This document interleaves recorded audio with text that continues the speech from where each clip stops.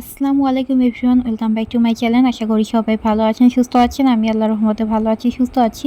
তো অনেক দিন যাবত ট্রাই করছিলাম যে ইকরার ডায়েট চার্টটা আমি শেয়ার করব আপনাদের সাথে, কিন্তু সময়ের অভাবে আমি করতেই পারছিলাম না। তো আজকে ফাইনালি আপনাদের সাথে শেয়ার করছি ইকরাকে আমি খাবারের মধ্যে কি কি দিচ্ছি। ইকরার এখন চলছে 8 মাস চলছে। তো আমি ওকে প্রপার একদম সলিড খাবার এখনও ভালোভাবে দিচ্ছি না। ও যেটুকু খায় আমি ওকে ওটুকুই দিই, আমি জোর করে ওকে খাওয়াই না। তো ইকরার হচ্ছে কোনো দিন সকাল 7টায় 8টায় ঘুম ভেঙে যায়, আবার কখনো টানা একেবারে 11টা পর্যন্ত ঘুমাই সকালে, কারণ ও রাতে বেশি একটা ঘুমায় না, তার কারণে সকালে ঘুমাই ভালোই। তো যেদিন 7টা 8টায় ঘুম থেকে ওঠে সেদিন আমি এই যে কলা আর খেজুর এটা সুন্দর করে চটকে ওকে আগে খাইয়ে দিই। এটা খেয়েও আবার ঘুম দেয়, তারপরে আবার সকাল 11টার দিকে ঘুম থেকে ওঠে। তো যেদিন একেবারে ডিরেক্ট সকাল 11টায় ঘুম থেকে ওঠে সেদিন আর খিচুড়ি ওকে আমি দেই না। খিচুড়ি প্রতিদিন দেই না, মাঝে মাঝে দেই। তখন শুধু ওই যে কলা আর খেজুরটাই আমি ম্যাশ করে ওকে দেই, বা কখনো পেঁপে ম্যাশ করে দেই। তো এটাই ওর সকালের খাবার থাকে। তো আজকে ও ঘুমিয়েছিল, মানে রাতে প্রায় 3টা 4টা অবধি জেগেই ছিল। তাই সকালে 11টায় ওঠার কথা ছিল, কিন্তু তাড়াতাড়ি উঠে গিয়েছে। তো ওকে আগে আমি খেজুর আর কলাটা খাইয়ে দিলাম, তারপরে এখানে আমি খিচুড়ি রান্না করলাম ওর জন্য। খিচুড়ির জন্য আমি এখানে পোলাও চাল আজকে নিয়েছি। আমি পোলাও চাল দিয়েও করি, আবার ভাতের চাল দিয়েও করি।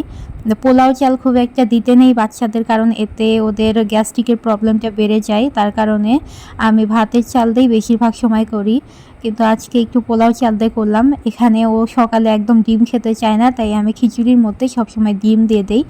আজকে খিচুড়িতে আমি কোনো সবজি অ্যাড করিনি, এখানে শুধু পোলাও চাল, মসুরের ডাল আর ডিম দিয়ে সুন্দর করে সব রকমের মশলা দিয়ে আমি রান্না করে দিয়েছি। ঝালের পরিমাণটা কম দিয়েছি, তাছাড়া সব মশলাই এতে দিয়েছি। তো খিচুড়ি খাওয়া দাওয়ার পরে ওকে সুন্দর করে আমি গোসল করিয়ে দিয়েছি। গোসল করানোর পরে ও আবার ঘুম দিয়েছে। তো এই সুযোগে আমি আবার ওর জন্য লাঞ্চটা রেডি করে নিব। দুপুরবেলা এখানে আমি একটা মাছ ভাজা দিয়েছি ওকে, আর এই যে কলিজাটা রান্না করে দিব। কলিজাতেও সব রকমের মশলাই দিব, তেল দিয়ে সব রকমের মশলা আর তেল দিয়ে পানিতে সুন্দরভাবে সিদ্ধ করে তারপরে ওকে দিব। এটা হচ্ছে ওর দুপুরের খাবার। আসলে বাচ্চারা তো পুরোপুরি খেতে চায় না, আর আমার বাচ্চা তো একদমই খেতেই চায় না। তারপরে যেটুকু ও খায় সেটুকুই মানে ও স্বাস্থ্যের জন্য লাগবে আর কি। এই যে কলিজাটা রান্না করে দিয়েছি, এর মনে হয় 4 ভাগের 1 ভাগ খেয়েছে। আর মাছ তো 2বার মুখে নেওয়ার পর আর নেয় না, তাও যেটুকু খায় ওকে সব রকমের খাবারই আমি দেওয়ার ট্রাই করি। তো দুপুরের খাবারের পর এখানে আবার বিকেলবেলা ওর হাতে আমি সব রকমের ফলই ওর হাতে দিয়ে দিই যে ও খাক। হয়তো গা মাখিয়ে ফেলে খাওয়ার সময়, কিন্তু যাই হোক ও নিজে হাতে খাওয়াটা শিখুক।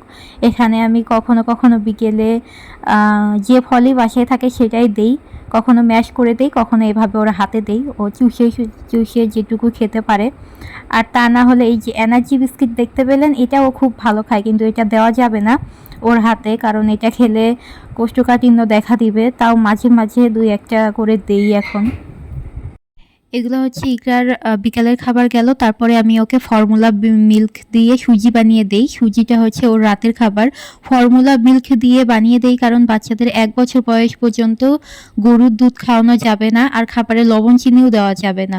লবণ চিনি দেই কারণ বাচ্চা খেতে চায় না, এই জন্য খাবারে লবণটা অ্যাড করি। আর ফর্মুলা মিল্ক দিয়ে রাতে এখানে সুজি বানিয়ে দেই ওকে। সুজি খাওয়ার পরেও রাত যদি অনেক বেশিক্ষণ জেগে থাকে তাহলে রাতে আর একটা কলা খাওয়াই। তো এটাই হচ্ছে ইকরার ডায়েট চার্ট। আমি আরও একদিন একটা ডায়েট চার্ট শেয়ার করবো ইনশাল্লাহ।